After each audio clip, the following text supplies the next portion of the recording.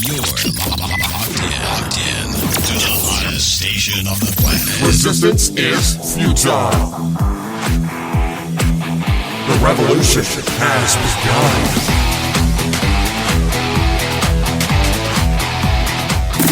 You're listening to Rebelpreneur Radio, helping you break the rules and build the business you need for the life you want. And now, broadcasting his pirate signal from somewhere beyond the status quo, here's your host, best-selling author, marketing and media strategist, Ralph Brogden. Hello and welcome to Rebelpreneur Radio. It's the show that helps you build the business you need so you can live the life you want. I'm Ralph Brogden. Well, there is no way of getting around it. If you're going to build a business you need for the life you want, you're going to have to learn how to get along with people. People want to do business with people that they know, like, and trust. And I have referred to this as a relationship economy, that we have to remember that people are not just discombobulated digital whatevers floating around in cyberspace, but they're actually human beings and they want to make personal connections with you and with your brand. So how do you build a culture that supports that human economy? And I have no idea. So I brought in an expert who was going to help us dial that in. Lyne Tumlinson is known for her energy and inspiration as she helps leaders whose staff teams experience energy-sucking conflicts. Do you ever experience that? Yeah, all the time, right? And so Lyne works with those seeking a meaningful culture for their organization. This is going to result in highly engaged, high-performing focus from leaders and the staff, and frankly, everybody that comes in contact with that organization. So I'm very interested in learning what you have to say. Lyne Tumlinson, welcome to Rebelpreneur Radio. Thank you, Ralph. I'm excited to be here. Your website is lift-teamcoaching.com. Tell me, before we get into anything else, what is your philosophy behind that lift concept, lift team coaching? I'm so happy you asked me that. That's great. I'm so excited you asked that. The lift is actually a hat tip to my dad, who is an aeronautical engineer. And so what you may or may not know is lift is what makes airplanes fly. Yes. And that's what he put into motion throughout his career. And that's what I help leaders and their teams do, whether on an individual basis or within the team or the organization as a whole. They need that lift to work together, to work towards their mission and vision, and to all have a good time together. Perfect. And what a great call out to your dad to incorporate that into your brand. That gives it the personal connection. And that's what I'm talking about with this culture of being human, relating to one another in ways that are not corporate and static and in the silo, but it is working towards a meaningful culture, people connecting with people. So I think this is applicable even for you solopreneurs out there that are listening, because your culture is basically how you behave on a daily basis, and that's based on your belief. So whether you're one person in your team, or whether you're 5 or 50 or 100, even a solopreneur, you are relating and working with service providers, affiliates, partners. So this affects every single aspect of our business, and I'm so glad that we have you on, Lyne. First, before we get into what you do, tell us a little bit about how you got started. What's your background? I'll try not to make this a long story, even though it starts when I was in 9th grade. I decided I wanted to be a Christian counselor when I woke up because I wanted to help other people find their purpose in life. Well, jump forward a few years, and I was a psychology major in college. I went to the University of Northern Colorado. By the time I was a junior in college, I realized that my profs were nuts. And I'm not talking about, oh, let's go have fun, let's get nuts. No. They were like people I did not want to emulate. But I wanted to get out of school. So I completed that psychology degree, and I thought it would be smart to add a business minor. I also had a minor in Russian language, but that's kind of another rabbit trail there. So all the way through my career, which has been very topsy-turvy and turning a lot of different directions, but all the way through, I used at least 2 of those 3 specializations. I worked at a call center to help with software issues in a tax return business.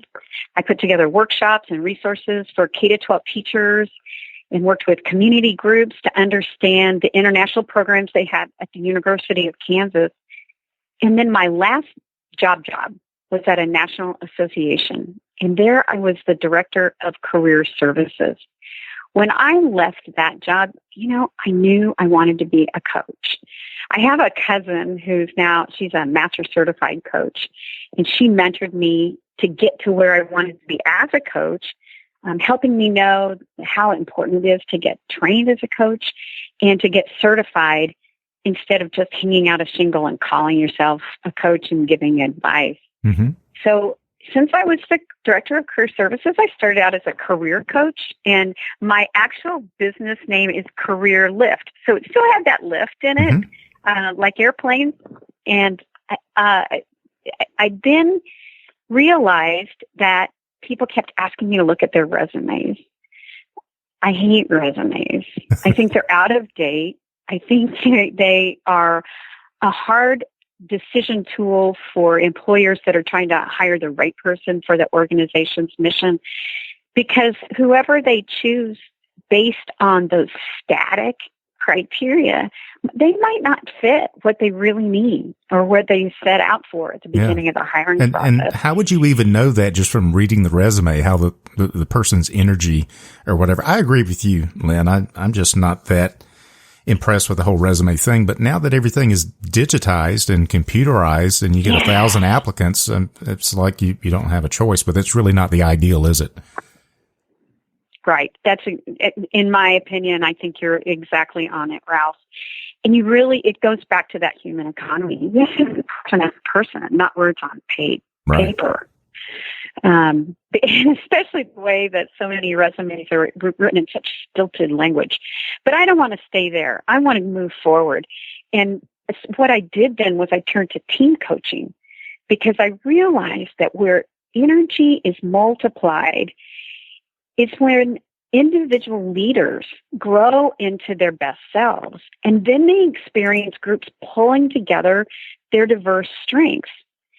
So in that kind of a team atmosphere, they can fill the gaps for each other's blind spots and become a dynamic and powerful team. You might even hear that in my voice, that that's really what turns me on. And it's not just about me. It's about watching other people grow as individuals within teams and then taking that whole thing to their organization. Well, we were talking offline about how it begins with the individual mindset, and then it goes to the team, and then it goes to the organization. So there's kind of a process of evolution and transformation that you create in these organizations. But tell us a little bit more about who do you help? Your site says that you are lifting leaders and their teams. Who was an ideal organization that you would be doing the most good for? I love the way you ask that. I mostly work with association staffs, but what I learn is there's a commonality between association staff, small businesses, and even within the corporate scene, because it's about leaders and their teams wanting to work strongly together. But they often get caught up in wonky dynamics and drama. Yeah. And think about what happens, Ralph, when there's a toxic person on the team. And like I said, this can happen anywhere. A toxic person on the team, and everyone walks the long way around the office to avoid that person.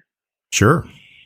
That kind of negativity, it distracts everybody. It sucks the energy and the juice, and it's hard to get any collaboration and creative ideas on the table. Can we fix that, or do we just need to fire them and start over? What do you think? It depends on the group. It depends on the person. If that toxic person does not realize how they're coming across and where they're coming from, and they're open to changing and understanding themselves and other people better, that can work. A lot of times what happens, I'll admit, when I'm working with teams, is the person will feel a calling elsewhere, whether it's being told that or actually realizing it for themselves. Yeah, it's like you've got a toxic person. It's like, I really feel like you have a calling. It's just not here. It's someplace else, right? Yeah, exactly. That's exactly right. I love that. Well, every survey that I have read talks about the terrible state of the workplace in terms of morale. Where people are not happy, they're disengaged at work, and I want to talk about how we can address that. But first, something you said triggered a question. Do you think that the organization creates the toxic people, or is it a hiring thing where we, without knowing any better, we bring in someone who is already toxic? Is it? Are we making the wrong hiring decision, or is the organization itself is like a person I heard some years ago? If you hang around the pig pen, you're going to smell like a pig. So, hey, that's right. Can healthy people go into a toxic organization and become toxic? Absolutely. But I think it's even earlier than that, Ralph. Think about when we were growing up. I'll make an assumption about our ages being similar. When we were growing up, we were told how to behave. We were told what skills are important and what aren't. So think about how high achievers and the ones that were the leaders and the heads of all the committees and in student government and those kind of things.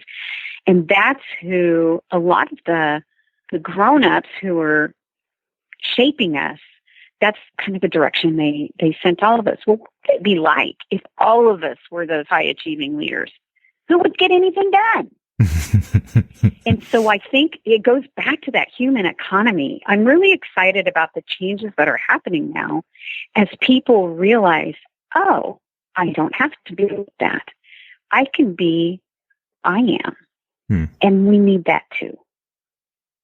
And I think that it goes all the way back to that, and then it creeps into the organization, whether it was a company or an association that has been there for long enough that they remember the industrial era and the command and control expectation. And those are the things that need to change. But sometimes the individuals involved don't want to give up the power or don't really see what happens at the end of the tunnel. Yeah. And I think there is a definite generational difference in how you and I, in our generation, approach work in the workplace compared to how millennials approach it. So we come from different perspectives, and I think we need to understand all of those different perspectives so that we know best how to work with one another. And I'm convinced that we can do that. And I think that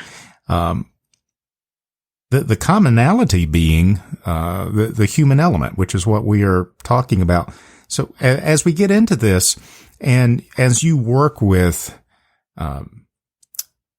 organizations and with teams, and then with individuals and with leaders and team members to try and create or to create change, but to get them unstuck and get them moving forward. Yeah. What would you say is the biggest obstacle that seems to present itself over and over again, that if you can solve this problem, most of the transformation that you're trying to accomplish would be manifest that much more quickly? Is there a common obstacle that you see over and over again? I do, and it's a natural one too.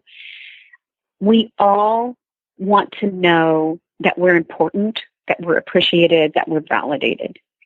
And the opposite side of that coin is we expect other people to be the same way we are, to have the same values we do, to have the same strengths we do, and show up in the same way. And I would say that is the cornerstone of being stuck. Because if you can't see someone else for who they naturally and authentically are, then you judge them. There's something wrong with you. Yeah, because you're not like me. Because you're not like me. I mean, the world would be a lot exactly better place if everybody would just adopt my beliefs, my values, my work ethic, my vision, Yeah, well, yeah, that would be the perfect world. Not really, but we think that. We say that to ourselves. Right. And actually, it would be a nightmare. Yeah. We don't need any more of us in the world. One is enough, right? One is enough. That's exactly right. As you're then working through that, what are some things that we need to be mindful of? How do we get from where we are to where we want to be in this culture that we're building, that's putting people first, a human economy? Yeah. I think the first step is knowing who you are in yourself. It's not just what you do, because we're human beings, not human doings. Mm-hmm. And of course, the action is an important, it's an important end result of who we're being. But we need to know what our unique strengths are and how they combine with other people's unique strengths that are different than ours. And that way you come up with a full circle that's more complete and whole, as opposed to having those holes in it because we expect everyone to be like we are. Does that make sense? That makes total sense. And it triggers to mind an analogy that I've used before. And I think it's extremely useful when you're trying to communicate teamwork, and the concept that everyone doesn't have to be like you to succeed. In fact, if you had a football team and everybody was a quarterback, you would be in big trouble. Yeah, there wouldn't be anybody to catch the ball. And then you say, well, the quarterback isn't working. Let's go out and hire wide receivers, and let's have a team full of wide receivers. That's not going to work either. Right. So you've got to analyze the situation as a coach and say, okay, well, we need one quarterback who's just going to kind of drive this thing. But we need linemen. We need running backs. We need wide receivers. We need different people doing different things that are working together towards a common goal. Mm-hmm. And that's exactly what you're describing. Yeah. There's another point in there too, Ralph, and that is it's so much easier for us to understand people who are like us. If I'm the quarterback, I understand how to throw the ball so that someone can catch it. But it's hard for me to understand that wide receiver and how he knows where to be at the right time and to see the ball coming. And it's really challenging because we are so caught up in who we are, even if we don't understand it, that it's hard for us to understand other people and how we can help each other. Using this football analogy and carrying it even further, if once we are mindful of the fact, I'm a quarterback, I know how to throw the ball among other things, but I don't know what it is to be a receiver. I don't know what it is to be a wide receiver or anything. So then it kind of behooves me to seek out the wide receivers on my team and say, hey guys, how can I help you be a better wide receiver? What can I do and how can I do what I do better so that you're able to understand what I'm doing, where I'm sending the ball, and I'm setting you up for success. Does that make sense? Yeah, I think so. And there's another part of that. Again, it's the other side of the coin. Not only asking that wide receiver, what can I do for you? But asking that wide receiver, what's it like for you? What happens when you catch the ball? How do you feel? Ooh, that's probably something football players don't talk about enough. They probably don't, but they probably should. Yeah. I mean, if you were to ask if a quarterback asked a wide receiver, how do you feel when you're jumping up to go get the ball and you know that you're going to get popped? If you're successful, or even if you drop the ball, you're going to get creamed by 3 or 4 people, but you've got to put yourself out there. What does that feel like? I mean, we could really open up some emotional exchanges there, couldn't we? Might have less flags on the play. Just saying. So know who you are, not just what you do, but know who you are, what your strengths are, and then how those strengths interact and create synergy among other people who do things and see things and perform differently than you do because they've got different gifts, different skills, and different strengths. Right. And experiences. Mm-hmm. Perfect. What are you working on right now, Lyne, that has got you excited, that you'd like to share with our listeners? There's a couple things that really have me excited. One thing that I've realized recently is that coaching cultures can help organizations, teams, and individuals set up that conversation out of non-judgment instead of with assumptions. And it means starting from the individual work to the unique teams, finding their voice. What's unique? What's their essence that they bring to the stakeholders from the top to the bottom? And one of the ideas I have going around my head, it's really just pieces for now, but I'm working on a keynote talk titled Finding Your Authentic Voice. And it's coming from the work that I just started with a professional coaching company called Invite Change. And with them, I'm helping bigger organizations build that coaching culture from top to bottom. So it starts at the top. You know, it just like we've been talking through this whole time, it starts at the top with the organizations and it goes all the way down into the individuals. And an individual, you know, they can work on several teams simultaneously, consecutively, dynamically, with the same sort of mission in mind for the whole organization. And it really comes out that there's a better way to work with others, no matter what the industry, no matter what the vision and mission of the organization. Having a coaching culture, it used to be, for me, it used to be, what's the word I'm thinking of? It used to scare me. Mm-hmm. It's like, wait, I'm the coach. You're taking my job. And now I'm realizing there's just not enough of me to go around for that. And when I can coach leaders to coach their people, that's where this human economy comes from. Very exciting. And I think that is going to be more and more the most important mission of organizations moving forward, even though we are in the digital age, even though we are all on the internet and there seem to be barriers to face-to-face communication, there are still people behind those computers and still people that we have to work with and be able to communicate with if we want to get things done. So technology is not going to alleviate our responsibility to create these meaningful cultures, these meaningful relationships so that we can accomplish the purpose and the mission that our organization or our business exists.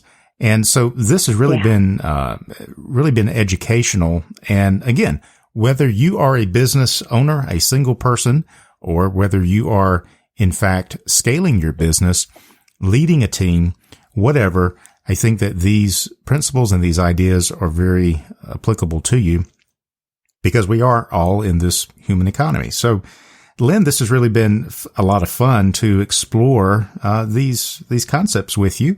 Any final thoughts or words of wisdom that you would like to leave our listeners with? Yes, and this one starts with fear of change. There's so much change going on in our economies, in our organizations, top to bottom, that it can be kind of scary. Not kind of scary, really scary. And what I'm learning is that curiosity and fear cannot occupy the same space. I had an email this morning from a young woman that came about a year ago, and she said that from her conversations with me, that she got out of that space where she was afraid to fail. She was afraid to make mistakes, and it just made her basically stuck in a corner because she was afraid to take a move forward. And from what she discovered in herself, she started trying new things.